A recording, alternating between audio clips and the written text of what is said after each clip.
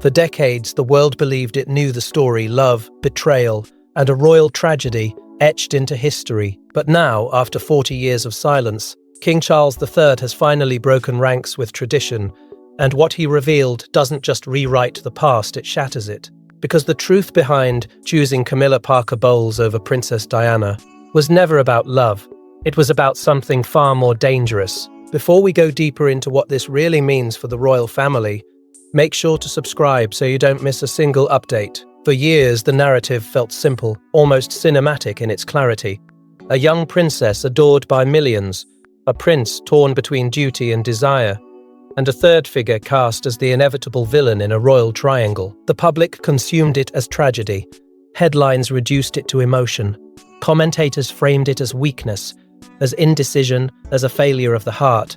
But behind palace walls, the story was never that clean. It was layered with pressure, expectation, and a quiet understanding that some choices are made long before they are ever announced. What Charles has now implied is not that he chose one woman over another, but that the choice itself had been shaped, molded, and narrowed by forces far more entrenched than romance.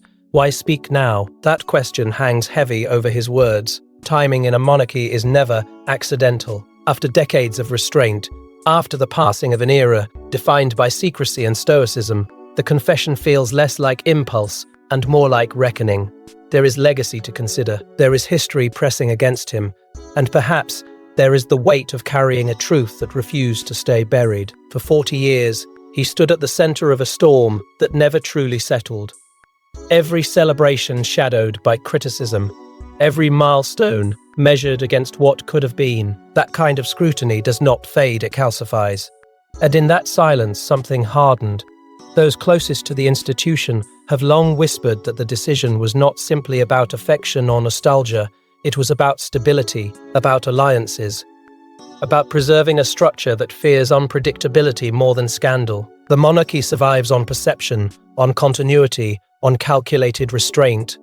A marriage within its ranks is never just personal, it is political, symbolic, strategic. When Charles now hints that his path had been quietly determined before vows were spoken, it reframes the heartbreak entirely. Was it betrayal, or was it obedience to a system that prioritizes survival over sentiment? The emotional cost of that obedience is written across decades. A man portrayed as cold, yet privately burdened. A woman elevated, yet forever scrutinized. Another immortalized, yet caught in the machinery of expectation.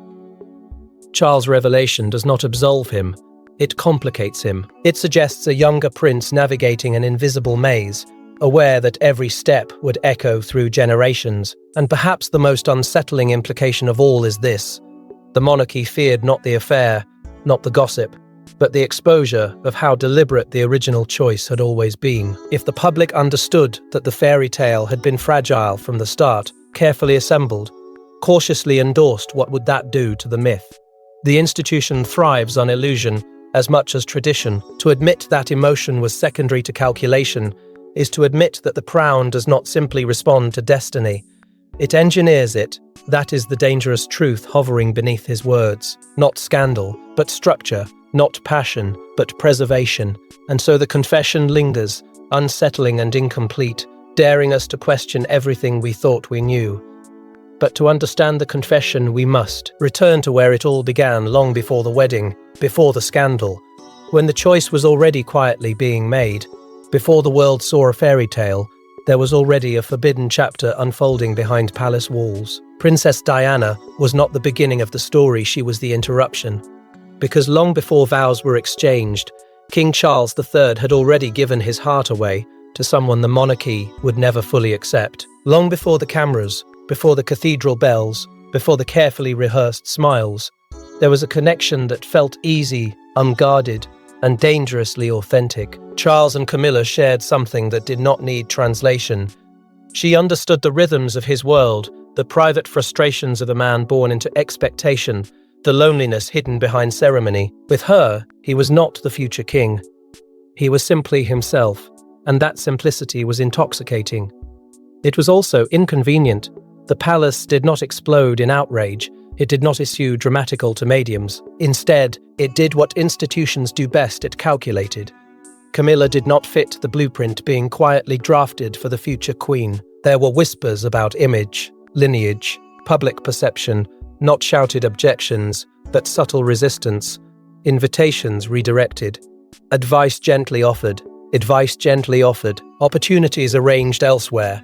The interference was strategic, almost polite, but relentless. Love was not dismissed outright. It was managed, redirected, reshaped until it could no longer stand freely. Into that vacuum stepped Diana, young, luminous, seemingly perfect for a monarchy craving renewal. She was presented not as a disruption, but as destiny. The public saw romance blooming. Inside the system, however, her arrival carried a different weight. She was stability wrapped in innocence. She was symbolism made flesh. And perhaps most painfully of all, she was a solution to a problem no one wanted to name. Charles found himself suspended between two forces, the woman who knew him and the crown that defined him. Duty is not a gentle companion, it presses. It whispers about legacy, about continuity, about the burden of disappointing an entire nation. Desire, on the other hand, speaks in quieter tones of comfort, of familiarity, of a life that might have felt chosen rather than assigned. For a man raised to prioritize obligation over instinct, the conflict was not theatrical. It was suffocating. From the outside, it looked like a choice. A prince selecting a bride, a courtship unfolding under tradition's watchful eye. But the illusion of choice can be the most convincing performance of all. Expectations had already narrowed the path. Advisors circled, headlines speculated. The machinery of monarchy does not wait for certainty. It creates momentum, and momentum is difficult to resist. Diana, perhaps unknowingly, stepped into a narrative already in motion. Subtle signs were there from the beginning, hesitations masked as shyness, glances that lingered too long in the wrong direction, emotional distances that could not be bridged by grand gestures. She was entering a role still haunted by another presence. Not physically, but emotionally.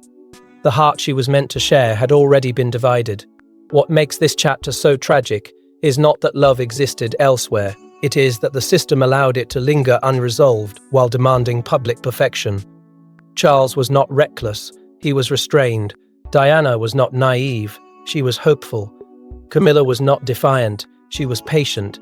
Yet all three were caught in a structure that valued optics over honesty. And so the engagement was announced. Applause echoed, the world leaned forward, eager for a modern fairy tale. But beneath the celebration lay a quiet inevitability. The decision had been shaped long before. It was declared. The interruption had already occurred, and the cost of forcing destiny into a predetermined mold was about to reveal itself in ways no one was prepared to confront. And yet, despite everything, the wedding moved forward, not as a celebration of love, but as the beginning of a carefully controlled illusion. The world watched in awe as a young princess walked down the aisle into history. But behind the spectacle, something was already unraveling. What appeared to be a union blessed by destiny was, in reality, a compromise, one that Princess Diana may have sensed too late. Because even on that day, another presence loomed, unseen but undeniable. To the public, it was perfection incarnate. A shy bride transformed into a global icon overnight, a prince fulfilling his duty with solemn grace, a monarchy refreshed by youth and promise. The narrative wrote itself. Innocence meeting destiny beneath centuries of tradition, yet beneath the applause and reverence, there was an undercurrent that could not be silenced. This was not the merging of two hearts moving in sync. It was the binding of two lives already misaligned. Charles stood at the altar as both participant and observer in his own fate. Those closest to him would later recall a man, composed, courteous, and dutiful, but never entirely present. There was restraint in him, a careful containment of emotion. He had learned long ago that personal longing must bow to institutional necessity. Still, beneath that discipline, an internal fracture widened. He was stepping into a future the world demanded of him, while quietly mourning the version he had once imagined for himself. Diana, radiant in the eyes of millions, was stepping into something far more complicated than romance. She had been chosen, celebrated, elevated, But in the earliest days, even before the cheers had faded, subtle doubts began to whisper. A glance that did not linger long enough. A tone that felt formal when it should have been intimate. The realization was not immediate, nor dramatic. It crept in slowly, a sense that she was sharing space not just with a husband, but with a history she could not compete with. And then there was the presence no one acknowledged publicly. Camilla did not stand in the cathedral, but her influence threaded through every unspoken hesitation. She remained a confidant, a memory, a constant emotional refuge. Silent, yet profoundly powerful, her absence was, paradoxically, her presence. The knowledge that the prince's heart had once found ease elsewhere, hung like a shadow neither ceremony nor spectacle could erase. The monarchy understood the stakes. Appearances were not optional, they were survival. A fractured image would ripple far beyond palace gates.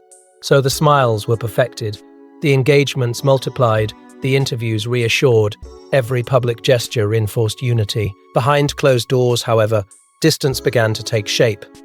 Two individuals bound by expectation, trying to manufacture closeness while carrying incompatible emotional truths. For Diana, the awakening was painful. She had entered the marriage believing she could grow into love, that devotion would follow duty. Instead, she encountered walls she could not scale. For Charles, the conflict intensified. He was fulfilling his role flawlessly on the surface, yet privately tethered to a connection the institution had never fully sanctioned. The strain did not explode, it accumulated. Small disappointments, quiet resentments, conversations left unfinished. The fairy tale, once so dazzling, began to feel rehearsed, and the deeper tragedy was this: both were trapped in it. The world projected hope onto them, demanding a storybook ending, while they navigated a reality built on compromise. The illusion held for a time, but illusions demand energy to sustain, and the cost was mounting. Beneath the grandeur, unease took root. What had begun as a calculated solution was slowly revealing itself as an emotional fault line. And though the public saw only glamour and grace, the cracks were spreading in silence, preparing to surface in ways that would shake not just a marriage, but an entire institution. What followed wasn't just a troubled marriage, it was a slow-burning emotional battlefield that would expose truths no one was ready to face. At first, it was whispers, then rumors, and finally, undeniable reality. The world would soon learn that this wasn't just a marriage under strain, it was a three-way conflict that refused to remain hidden. And at the center of it all was a question no one dared to ask out loud. Had Princess Diana ever truly been chosen? What began as private unease slowly transformed into public suspicion. Subtle absences turned into conspicuous patterns. Friendly connections that once seemed harmless began to carry weight. The press sensed it before the palace acknowledged it. There was tension in the air, a story just beneath the surface, and the world leaned closer. The fairy tale no longer shimmered. It flickered. Inside the marriage, the isolation deepened. Diana felt it first not as scandal, but as distance. Conversations that ended too quickly. Emotional doors that remained closed. A growing awareness that she was competing with a memory that refused to fade. It is one thing to struggle in a relationship. It is another to suspect that your place was never fully secure. That realization did not arrive dramatically. It crept in, quiet and relentless, until it could no longer be ignored. Charles, for his part, stood at a crossroads he had never truly left. The bond with Camilla had not evaporated under vows. It had merely retreated into the shadows. Severing it would have required more than willpower. It would have demanded a complete rejection of the only emotional refuge he trusted. Whether through hesitation or defiance, he did not cut that tie. And in that choice, intentional or not, the fracture widened. Camilla remained a steady presence, discreet but unshaken. She did not need to claim space publicly. She already occupied it privately. That constancy, while comforting to Charles, became a source of torment for Diana. The knowledge that she was not alone in her marriage carried a psychological weight few could comprehend. Doubt turned into insecurity. Insecurity evolved into anguish. The struggle was no longer about affection. It was about validation, about identity, about whether she had ever been more than a strategic answer to a royal dilemma. The media, once enchanted, shifted into pursuit mode. Headlines sharpened, speculation intensified. Every public appearance was dissected for evidence, an absent smile, a forced laugh, a glance that seemed too cold. Private pain became public theatre. And with each article, each whispered confirmation, the pressure mounted. What might have remained contained within palace walls was now unfolding before a global audience hungry for revelation. The toll on all three was profound. Charles grew more defensive, retreating into formality. Diana oscillated between resilience and heartbreak, determined to assert her worth while battling an emotional storm within. Camilla endured scrutiny with stoic persistence, aware that her name would forever be linked to controversy. None of them emerged untouched. The triangle was no longer a rumor, it was a reality pressing against the boundaries of decorum. And beneath it all lay the most dangerous question. If Diana had been the perfect solution, why did the problem persist? The answer hinted at something deeper than romance gone wrong. It suggested that the original foundation had been flawed from the beginning. That love, duty, and expectation had been forced into alignment without true compatibility. The cracks were no longer hairline fractures. They were widening chasms.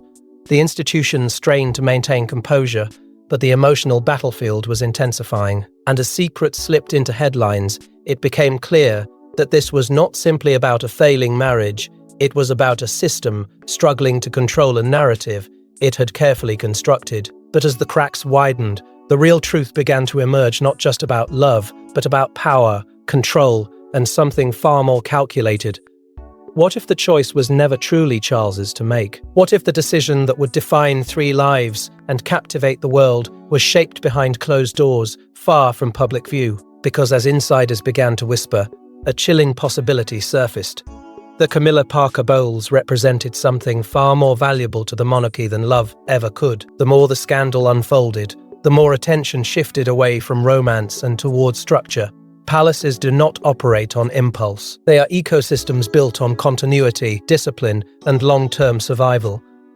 Within those corridors, relationships are not merely personal, they are strategic, and as former aides and royal observers cautiously suggested, there had always been quiet calculations surrounding the prince's future. The question was never simply who he loved, but who could coexist with the institution without threatening its balance. Camilla, for all the controversy surrounding her, understood that balance instinctively. She had grown up around its rhythms. She knew the unspoken rules, the hierarchies, the silent compromises required to endure public life without rebellion. She did not seek to transform the monarchy. She knew how to live within it.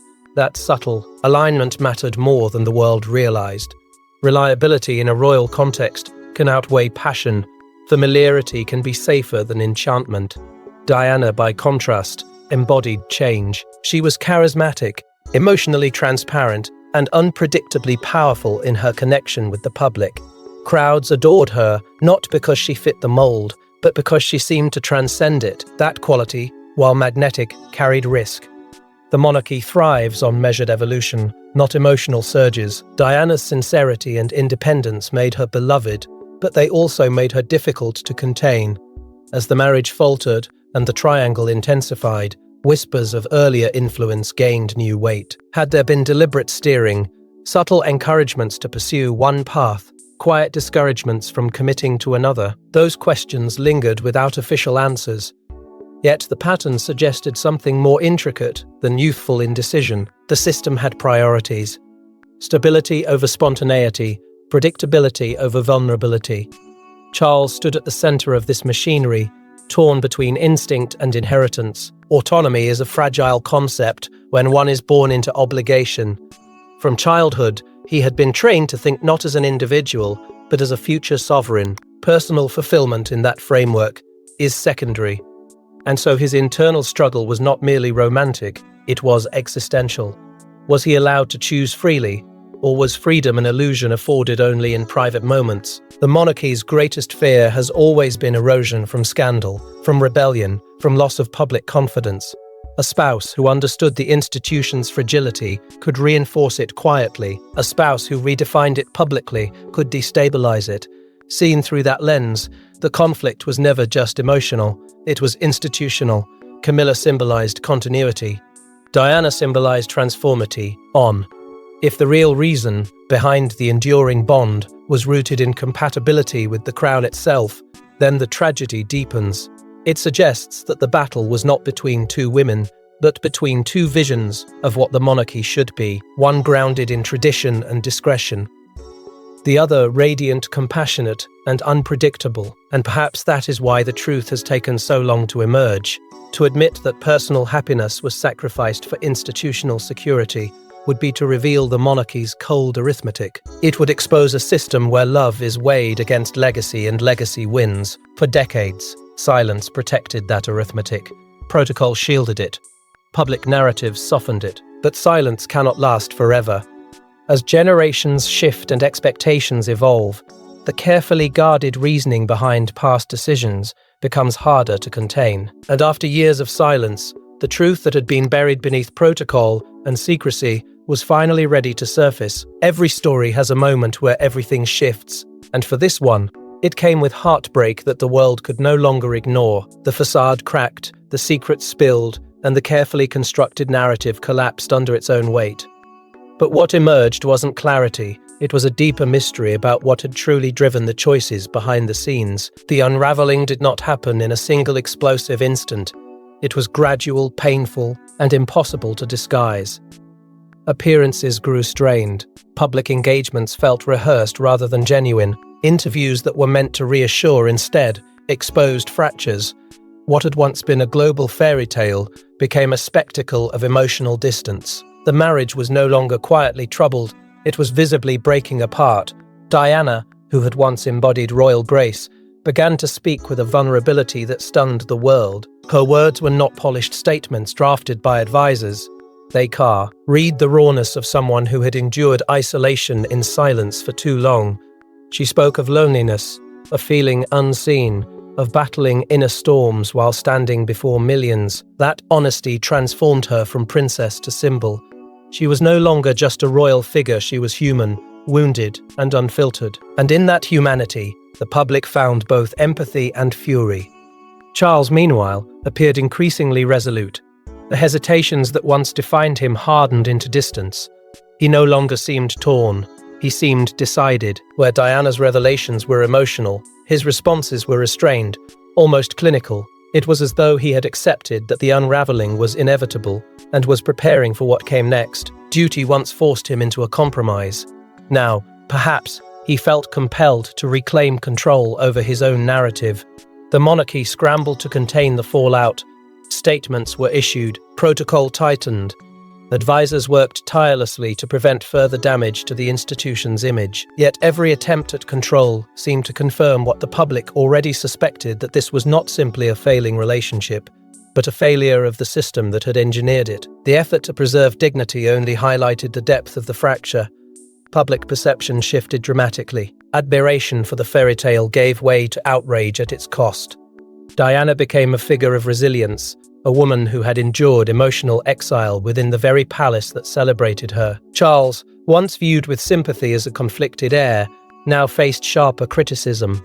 The narrative was no longer balanced. It tilted toward heartbreak, toward betrayal, toward questions that had been whispered for years, but were now shouted openly.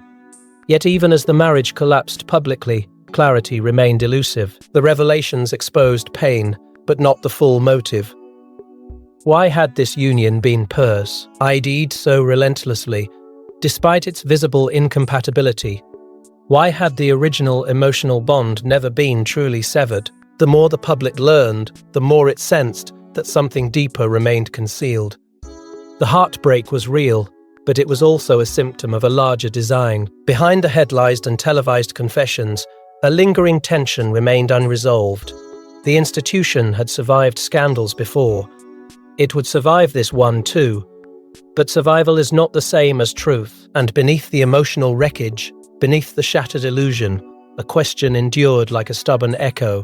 What had truly driven the choice that set all of this in motion? For decades, that truth remained buried, until now, when the silence was finally broken, in a way no one expected. 40 years of silence, 40 years of speculation, and now, at last, the moment the world never thought would come. King Charles III has spoken, And what he revealed wasn't just personal, it was seismic. Because the truth behind his choice wasn't rooted in passion, but in something far colder, far more deliberate. The circumstances that led to this long-anticipated admission were anything but accidental.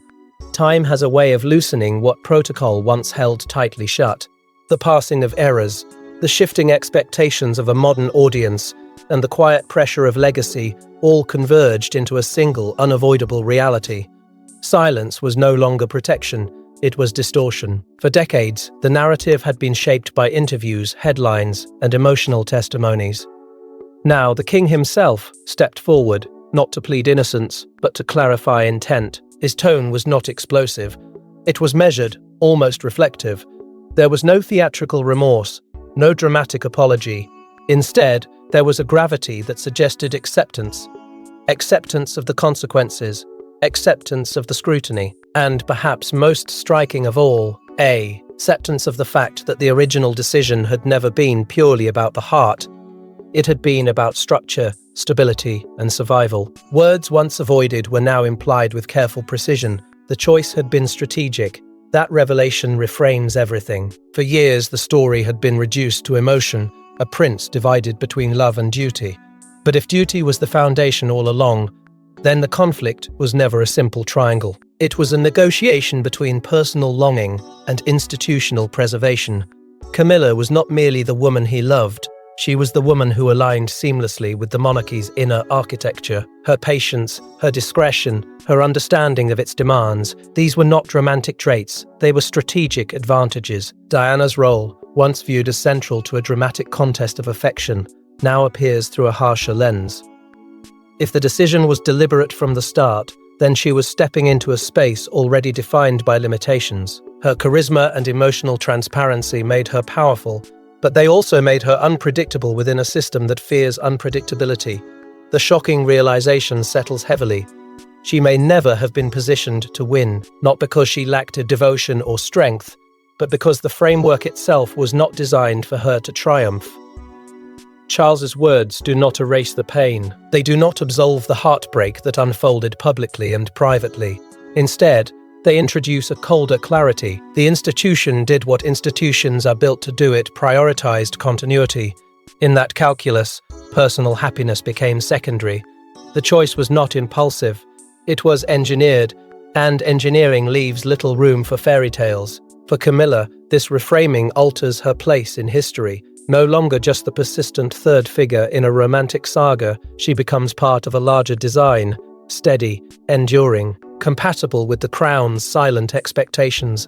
That compatibility, once controversial, now appears as the hidden cornerstone of the decision itself. The past, once colored by betrayal and scandal, takes on a different shade. It becomes a study in institutional pragmatism rather than reckless emotion, and that reinterpretation is unsettling.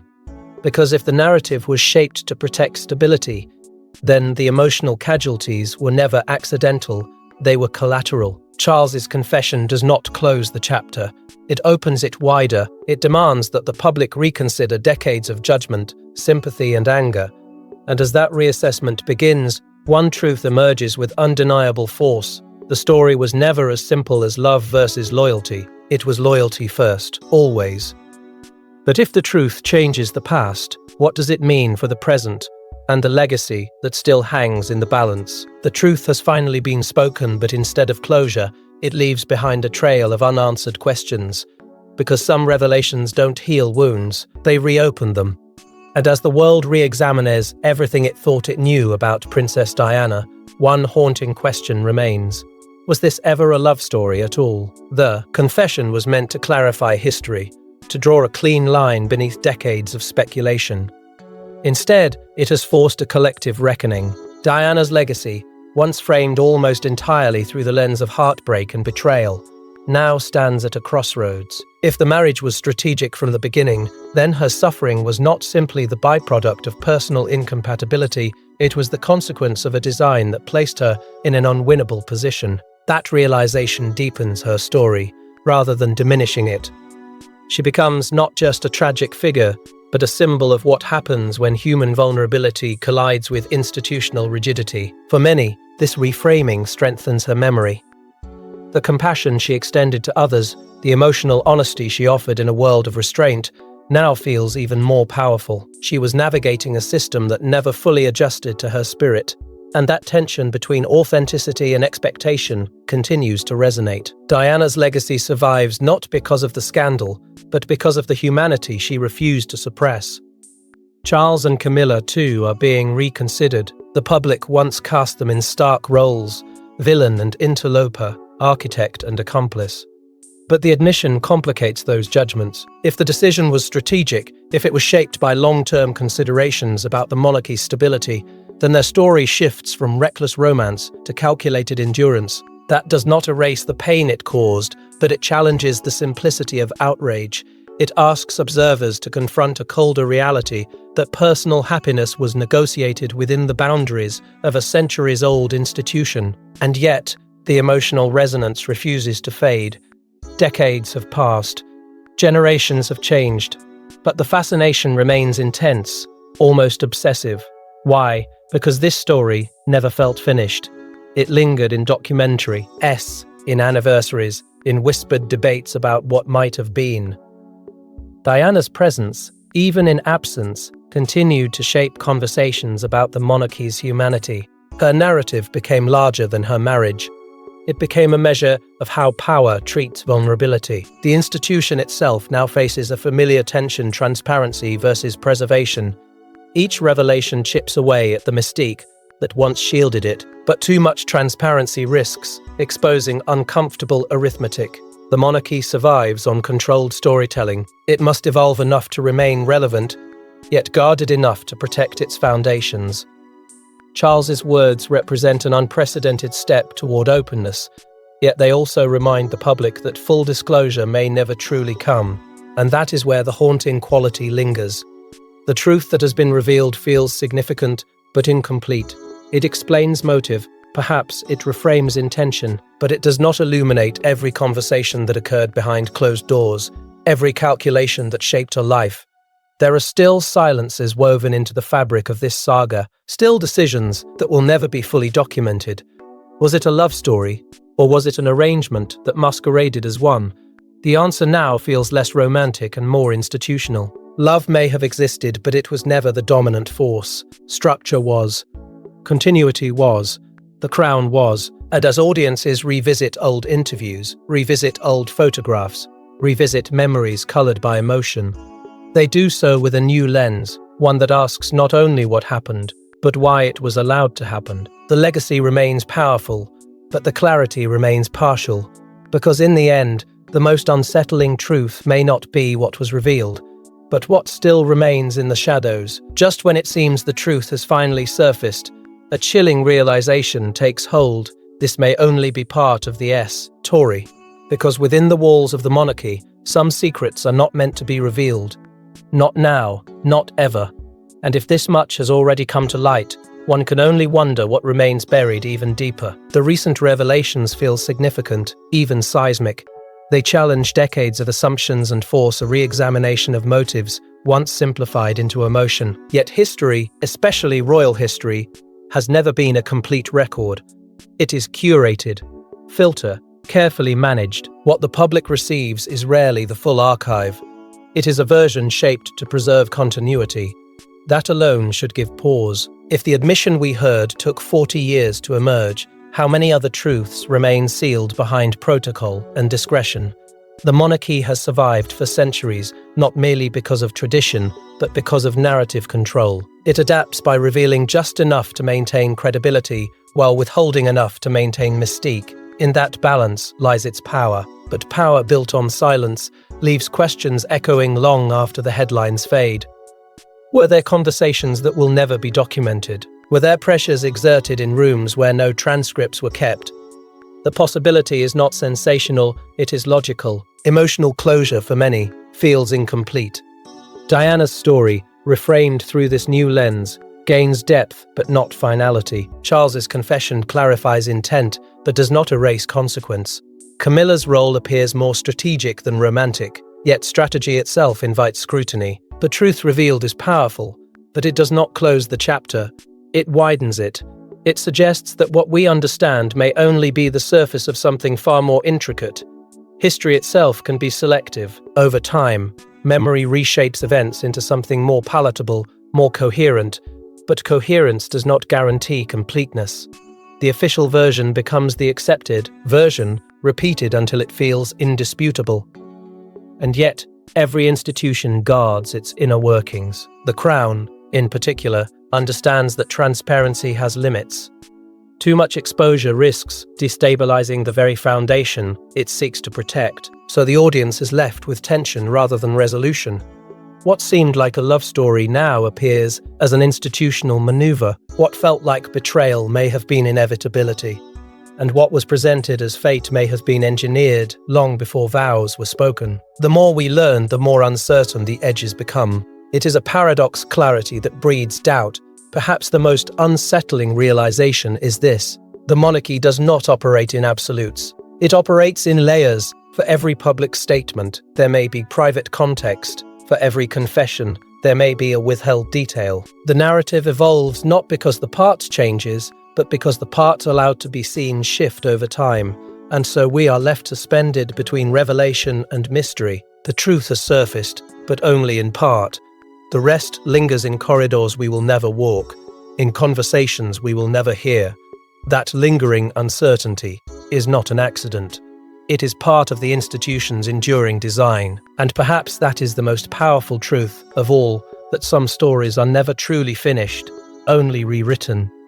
Thanks for watching. Please don't forget to like and subscribe, and we will see you in next one.